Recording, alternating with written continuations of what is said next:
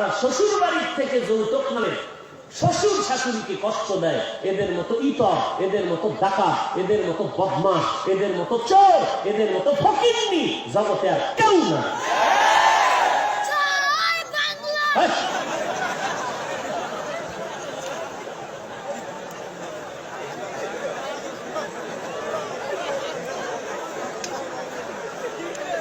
আল্লাহ পাগল কইতে নাই।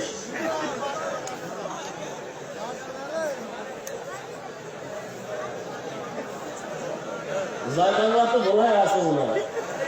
হ্যাঁ,